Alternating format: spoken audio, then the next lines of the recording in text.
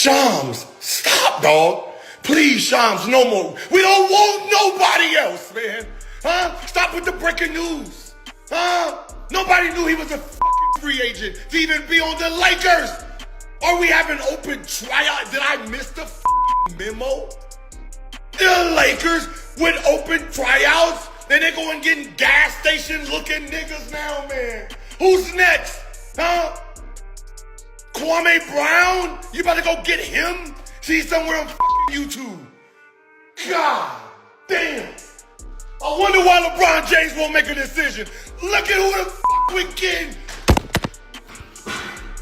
That right there, that's the sound of an NBA legend absolutely losing it over one offseason signing. Gilbert Arenas didn't just dislike the Lakers' decision to bring in Marcus Smart. He went on a social media tirade and publicly torched him. He sarcastically asked if the Lakers were holding open tryouts and mocked the entire move. But here's the real question. Behind all the wild insults, is he actually onto something? Is there a kernel of truth in his brutal takedown of the former Defensive Player of the Year?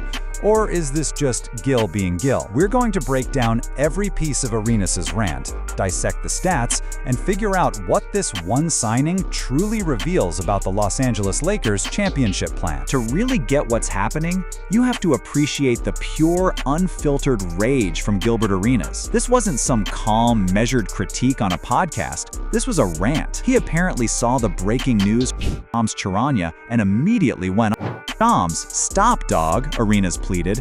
We don't want no more. We don't want nobody else, man. Stop with the breaking news.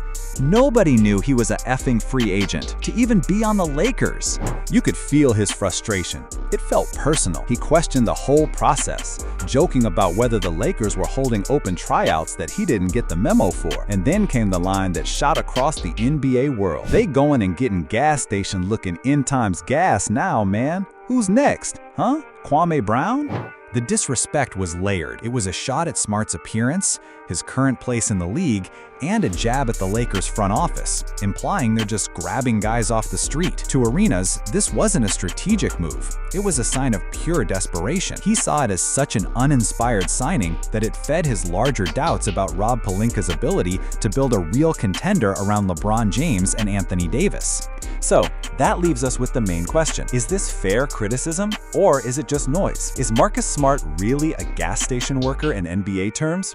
Or is he the high-octane fuel the Lakers' defense has been crying out for? To figure that out, we have to look past the insults and get to the core arguments hidden in Gil's tirade. And first up is the issue of health. The first pillar of Arenas' argument, and honestly the most legitimate one, is Marcus Smart's alarming injury history. This is where the criticism is backed up by cold, hard facts. Since being traded from Boston back in 2023, the guy who built his rep on being an Iron Man has been anything but. Get this. Over the last 2 seasons, Marcus Smart has played in a combined total of just 39 games. Let that sink in. Out of a possible 164 regular season games, he's been on the court for less than a quarter of them. In the 2023-24 season with Memphis, he played in only 5 games before a nasty finger injury put him on the shelf. The following season, split between the Grizzlies and the Wizards, he managed just 34 appearances. His medical chart reads like a textbook of basketball injuries: ankle sprains, calf strains, quad contusions, and who could forget that bizarre hand injury from punching a picture frame back in 2018. Arenas looks at this and sees damaged goods. He sees declining production, an average of just 9.0 points per game last season on 39.3% shooting, and you can't blame him for being worried. The biggest factor in whether this signing works out isn't skill or fit, it's availability. Can he stay on the floor? The version of Marcus Smart the Lakers need, the defensive pest who won Defensive Player of the Year in 2022, might not exist anymore if he's always in street clothes. The Lakers are betting that a change of scenery and a shot at a ring can help him turn back the clock. Arenas is basically yelling that it's a bad bet. On this point, it's tough to argue with him. The risk is very, very real. Now for the main event, the gas station worker comment.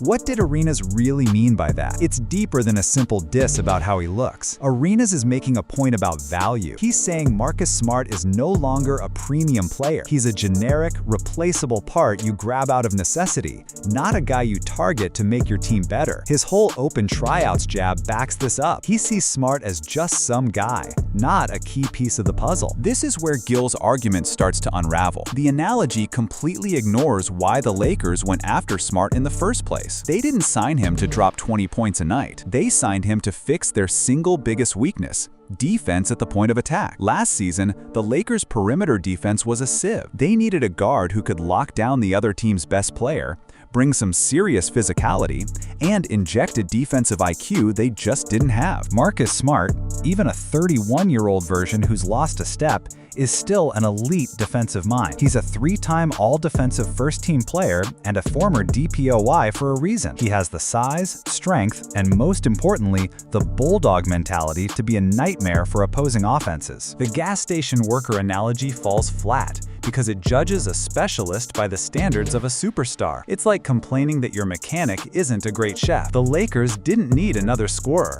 They needed a defensive stopper, a locker room leader, and a battle-tested veteran. That's the specific job Marcus Smart was hired for, and it's a job very few guys in the league are cut out for. We've covered the injuries and the insults, but what about the bigger picture? Before we get to the final verdict, I want to hear from you. Based on what you know right now, what grade would you give the Marcus Smart signing? Drop it in the comments below, and if you're enjoying this breakdown, do me a solid and hit that subscribe button so you don't miss our analysis all off-season.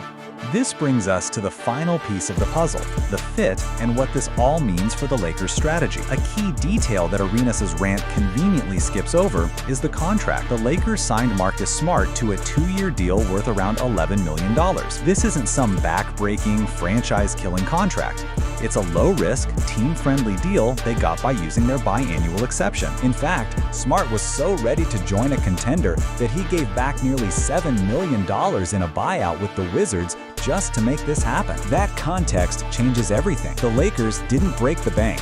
They saw a critical need for a guard defender and filled it with a high-upside veteran on a cheap deal. If Smart stays healthy and gets back to even 80% of his DPOY form, people will be calling this one of the steals of the offseason. If his injury troubles continue, the Lakers aren't financially ruined. It's a calculated gamble, not a reckless one. This move signals a clear strategy. Surround the offensive firepower of LeBron James and Anthony Davis with tough, defensive-minded veterans. It's about building a grittier, more resilient team that can handle the slugfests of the NBA playoffs. The goal isn't just to win, it's to be built for the postseason, where defensive intensity decides championships.